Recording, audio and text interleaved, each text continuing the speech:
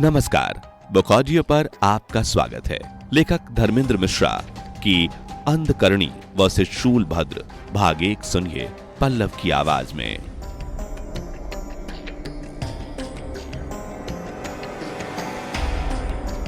अदमगढ़ नामक नगर में सूरजमल नामक एक धनाढ्य संपन्न व्यक्ति था। स्वभाव से बहुत लालची। वह रात में स्वप्न में हमेशा देखता कि कोई पुराना प्राचीन मंदिर है जिसके नीचे बहुत सा स्वर्ण मुद्राओं से भरा खजाना गड़ा है। पास पास के नगर गांव में ऐसी जगह की पड़ताल करने लगा। वर्षों की मेहनत और मशक्कत के बाद आखिर उसने उस जगह का पता लगा ही लिया। जैसा उसने स्वप्न में देखा था वह वैसा ही था।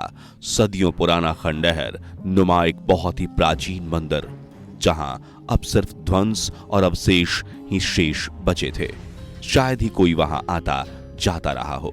गांव वालों से पूछने पर मालूम चला यहां कोई गुप्त खजाना गड़ा है जिसकी सुरक्षा कोई नकारात्मक पिशाच शक्ति करती है। जो भी वहां जाता है उसकी मृत्यु हो जाती है। उस जगह के आसपास भी लोग फटकने से डरते थे।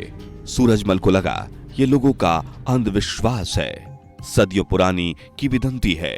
ऐसी बातों का कोई अस्तित्व नहीं। उसने वहां रहने वाले लोगों की बातों को नकार दिया। कुछ मजदूरों को धन बल का लालच देकर उस प्राचीन मंदिर में खुदाई करवाने लगा।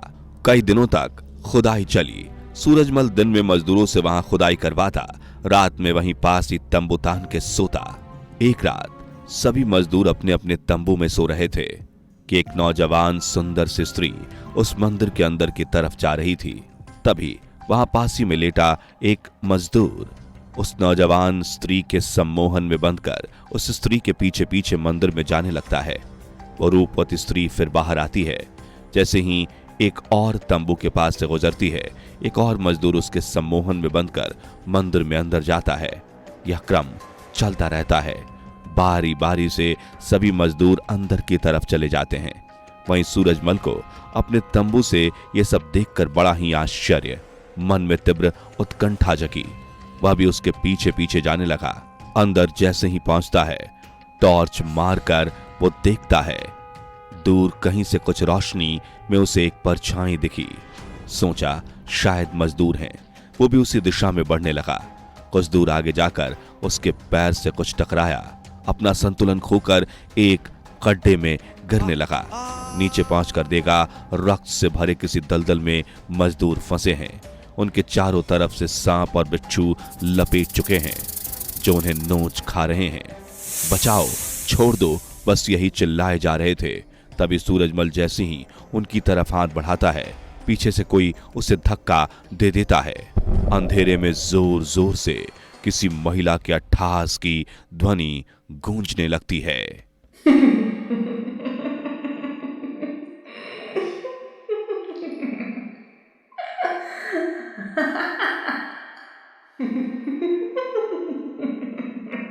सूरजमल डूबते हुए जैसे ही उसका दम घुटने लगता है, मानो उसका जक्का खुला।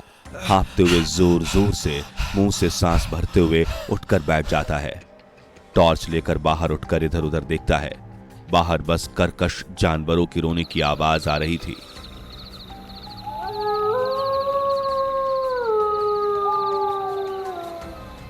बाकी मजदूर अपने अपने तंबू में सोए पड़े थे। सूरजमल अपने बिस्तर में आकर लेटते हुए, अच्छा हुआ यह स्वप्न ही था। चुपचाप लेटते हुए जैसे ही आंखें बंद करता है, उसे ऐसा महसूस होता है उसका तंबू हिल रहा है। किसी के दांत किटकिटाने और हंसने की आवाज।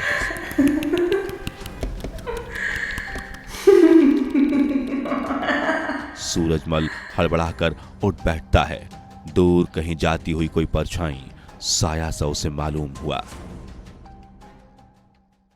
अगले दिन सुबह होते ही सूरजमल मजदूरों को फटकारते हुए जल्दी जल्दी काम करवाने लगा। हराम खोरो, जल्दी करो, हमें आज ही शाम होने से पहले काम खत्म करना है। खुदाई करते शाम हो गई। मजदूर थक कर पूरी तरह से क्लांत हो गए।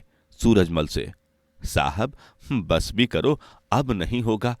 सूरजमल, ऐसे कैसे नहीं होगा, सब होगा, और जोर से आंच चलाओ, 4 गुना कीमत दूंगा। यहां जो मिलेगा उसमें हिस्सेदारी भी। मजदूर लालच में फिर से जल्दी जल्दी फावड़े कुदाल चलाने लगे। तभी उन्हें मिट्टी से सना हुआ कुछ चमकता हुआ दिखा। जैसे ही उठाने को हुए, जहरीले सांप बिच्छुओं ने उन्हें काट खाया। वे सभी वहीं ढेर हो गए। सूरजमल हिम्मत करके औजार के सहारे उस जहरीले सर्प बिच्छुओं को दूर खदेड़ते हुए मिट्टी से सनी उस वस्तु को उठाकर बाहर की तरफ भागा। तलघर से जैसे ही ऊपर पहुंचता है, उस वस्तु से मिट्टी हटाकर देखता है, वह वस्तु काले रंग की एक प्रतिमा थी। सूरजमल उस प्रतिमा को देखता है तो देखता ही रह गया। उसके मुंह से बस इतना ही निकला, अंधकरणी। उसकी आंखों का रंग बदलते हुए लाल पड़ने लगे। उसकी नजर के सामने कुछ प्राचीन दृश्य बेतरतीब आने लगे।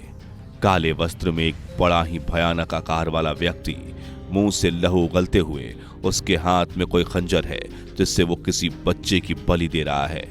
सुबह जब उसकी आंख खोली तो सामने एक चबूतरे में उस प्रतिमा को पाता है। उस घटना के बाद सूरजमल वहीं रहकर बेखौफ तंत्र मंत्र साधना करने लगा। कुछ ही समय बीता होगा कि गांव में भयंकर महामारी फैली। घर घर में मातम और हाहाकार होने लगा। एक चिता की लाश ठंडी भी नहीं हो पाती कि गांव के लोग दूसरी लाश को उठाते, चिता की तरफ लेकर भागते। मृत्यु का ऐसा भयंकर कोहराम मचा कि देखकर जो जिंदा थे उनकी हालत भी मुर्दे से कम न थी। गांव के कुछ लोग आपस में ही चर्चा करने लगे, हो ना हो ये सब उस श्रापित मंदिर की वजह से हो रहा है। इन सबका जिम्मेदार वो सूरजमल ही है। उसने जब से खुदाई चालू की है तभी से ऐसा हो रहा है। गांव के बड़े बुजुर्ग, औरत, बच्चे सब इकट्ठे होकर उस श्रापित मंदिर पहुंचे। मंदिर के बाहर से ही गांव वाले चीख पुकार करने लगे, सूरजमल बाहर निकलो, तुझे जिंदा नहीं छोड़ेंगे। तभी मंदिर के अंदर से बड़ी बड़ी लाल सुर्ख आंखों में सूरजमल बाहर निकलता है, गरजते हुए, जो ईश्वर तुम्हारी तकलीफें दूर ना कर सके वो ईश्वर कैसा? अंधकरणी देवी की आराधना करो, वही तुम्हारी रक्षा करेंगी, नहीं तो सब मरेंगे। तभी मंदिर के अंदर से भयंकर ध्वनि का संचार होता है, हम क्रिम ब्रिम श्रिम श्रुम। गांव वाले डर और भय से थरथराने लगे।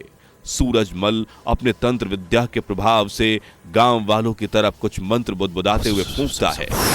गांव वालों का शरीर अकड़ते हुए मूर्तिवत हो जाता है। सूरजमल भीड़ में से एक बच्चे को अपनी तंत्र शक्ति से अपनी ओर खींच लेता है। वो बच्चा पूरी तरह मंत्रमुग्ध था। सामने एक चबूतरे पर आकर लेट जाता है। सूरजमल जोर जोर से अट्टहास करते हुए, सदियों का इंतजार अब खत्म होगा, अपने हाथ में एक धारदार हथियार लेकर उस बच्चे की तरफ बढ़ता है। प्रसन्न हो देवी, प्रसन्न हो। जैसे ही अपने हाथ ऊपर उठाता है, हथियार दूर जा चिटकता है, मुंह के बल जमीन पर जा गिरा। तभी भीड़ को चीरता हुआ एक लंबा चौड़ा कदकाठी का आदमी, बदन पे भगवा रंग के वस्त्र लपेटे, बड़े बड़े बाल, सिंह के समान मुख, ललाट पे त्रिशूल बना हुआ, आंधी की तरह उस भीड़ को चीरता हुआ सूरजमल के सामने आ खड़ा हुआ। सूरजमल अपने पैरों पर खड़े होते हुए, तो कोई भी हो, अंधकरणी देवी को विनाश लीला रचाने से रोक नहीं पाएगा। शूलभद्र, बुराई का भक्षक, सत्य का रक्षक, शूलभद्र हूं मैं। अपने हाथ में लिया त्रिशूल जोर से जमीन पर पटकते हुए मंदिर की दीवारें हिलने लगी, मानो भूकंप का नाद उठा हो। गांव वाले अपनी चेतना में लौटते हुए वहां से भागने लगे। शूलभद्र सूरजमल की छाती पर जोर से एक लात मारता है। सूरजमल मुंह से खून उगलते हुए वहीं ढेर हो गया। शूलभद्र अपने हाथों में लिया हुआ शूल हवा में उछालते हुए अंधकरणी की प्रतिमा की तरफ मोड़ देता है। शूल से टकराते ही वो प्रतिमा खंड खंड होकर वहीं बिखर गई। तभी उस प्रतिमा से एक भयंकर स्वाह काली परछाई उठती है। शूलभद्र बिजली के तार की तरह दिखने वाले एक चमकीले फांस में जकड़कर जमीन पे पटक देता है। देखते ही देखते उससे आग की भयंकर लपटें उठने लगती है। मंदिर का खंडहर राख के ढेर में तब्दील हो जाता है। राख के ढेर से एक भयंकर चक्रवात की तरफ गोल गोल घूमते हुए आंधी उठती है। शूलभद्र अपनी ताकत से उस धुंधकारी अंधकूप के भीतर से बच्चे को खींचकर बाहर की तरफ फेंक देता है। तभी आसमान पूरी तरह से स्याह काला अंधेरा छाते हुए काला हो जाता है। शूलभद्र को किसी पत्ते की तरह लपेटते हुए खुद में वो समा लेती है। अंधकारी धुंध छटने पर वहां सिर्फ शूलभद्र का शूल बचा था, लेकिन शूलभद्र नहीं था।